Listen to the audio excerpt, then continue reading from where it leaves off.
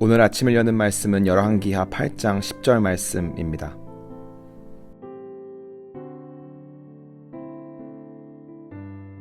엘리사가 이르되 너는 가서 그에게 말하기를 왕이 반드시 나으리라 하라. 그러나 여호와께서 그가 반드시 죽으리라고 내게 알게 하셨느니라 하고. 열왕기하 8장 말씀은 아람 왕 벤 하닷의 죽음을 우리에게 소개하고 있습니다. 오늘의 이야기를 통해 우리에게 주시는 하나님의 지혜가 무엇인지 깨달아 알고자 합니다. 엘리사가 다메섹에 갔을 때 마침 아람 왕 벤 하닷이 병에 들었습니다. 그래서 벤 하닷은 엘리사에게 부하인 하사엘을 보내 자신의 병을 고치고자 합니다. 하여 하사엘은 낙타 40마리와 좋은 예물들을 실어가 엘리사를 맞이하게 됩니다. 그리고 엘리사에게 벤 하닷의 병이 나을 수 있는지에 대해 물어봅니다. 이때 하나님은 엘리사를 통해 굉장히 오묘한 말씀을 하사엘에게 전달합니다. 그 병 때문에 죽지는 않겠지만 다른 이유로 반드시 죽게 될 것이라고 말한 것입니다. 하사엘은 이 말을 듣고 도대체 무슨 말인가 싶었을 것입니다. 그런데 다음 엘리사의 행동은 하사엘을 더 당황케 했습니다. 엘리사가 하사엘이 부끄러워하기까지 얼굴을 쏘아보다가 울음을 터뜨린 것입니다. 그런 엘리사를 보고 하사엘은 왜 우는지 묻습니다. 그러자 엘리사는 하사엘 당신이 이스라엘을 침략해 서슴없이 잔인한 일들을 행할 것을 알고 있기 때문이라고 말합니다. 하사엘은 자신이 그런 큰일을 할 사람이 아니라고 하자 엘리사는 하나님의 계획 아래서 하사엘이 아람의 왕이 될 것을 말해 주었습니다. 그렇게 하사엘은 돌아갔고 벤 하닷은 자신의 병이 나을 수 있는지를 묻습니다.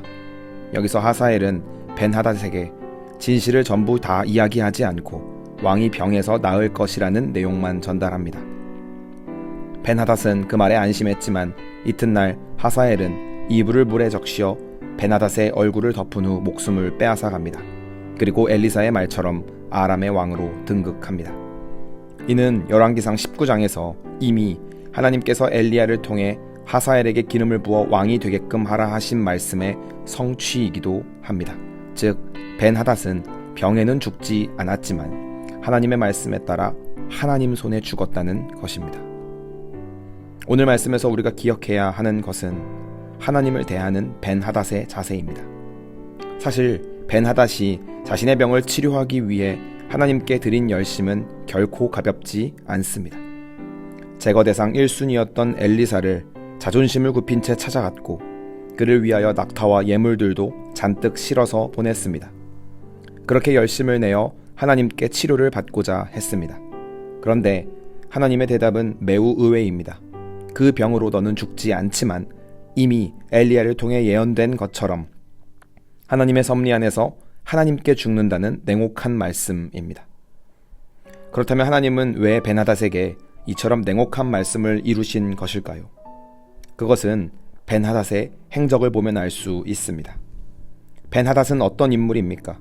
그는 재임 기간 중에 이스라엘을 지독하게 괴롭히던 장본인이었습니다. 사마리아를 포위한 채 사마리아를 거의 굶어 죽게 만들었던 사람으로 하나님을 멀리하고 괴롭히던 사람입니다.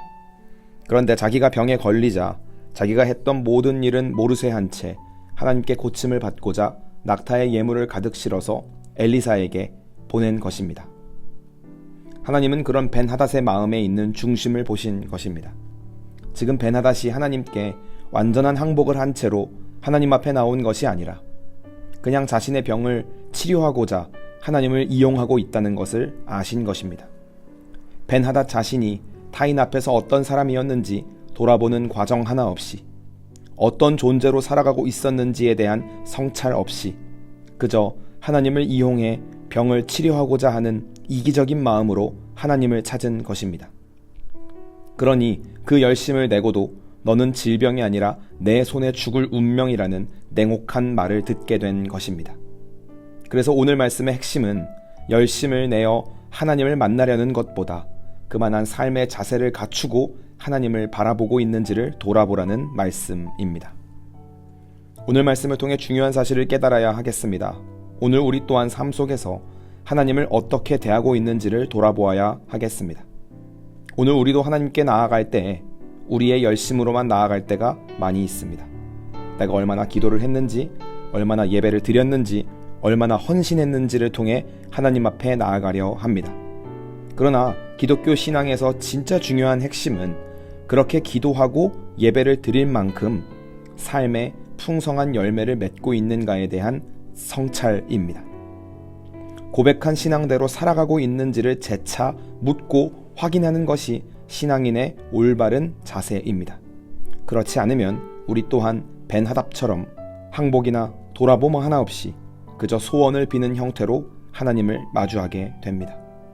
그러나 그런 벤하닷의 열심과는 무관하게 살아내지 못했던 그의 삶은 결국 벤하닷을 죽음으로 이끕니다. 그러니 오늘 우리 또한 예배의 양이나 기도의 양, 헌신의 수로 하나님을 대하기보다 그 하나님의 사랑과 은혜, 곧 십자가 사건이 지닌 무게에 걸맞는 삶으로 하나님을 대하시기를 축복합니다. 십자가의 은혜와 사랑에 걸맞는 삶의 열매를 맺는 자로서 세상에 존재하게 되길 소망합니다. 얼마나 많이 드리고 얼마나 많이 했냐는 열심의 차원을 넘어서서 얼마나 치열하게 살아냈느냐에 힘을 쏟으며 살아가시기를 간절히 소망합니다. 오늘 하루를 살아가시면서 열심으로 구원을 성취하고자 하는 옛 신앙을 벗어버리고 구원을 선물로 받은 자가 마땅히 드려야 할 순종의 삶으로 하나님을 대하는 귀하고 복된 성도님들이 되시길 간절히 소망합니다.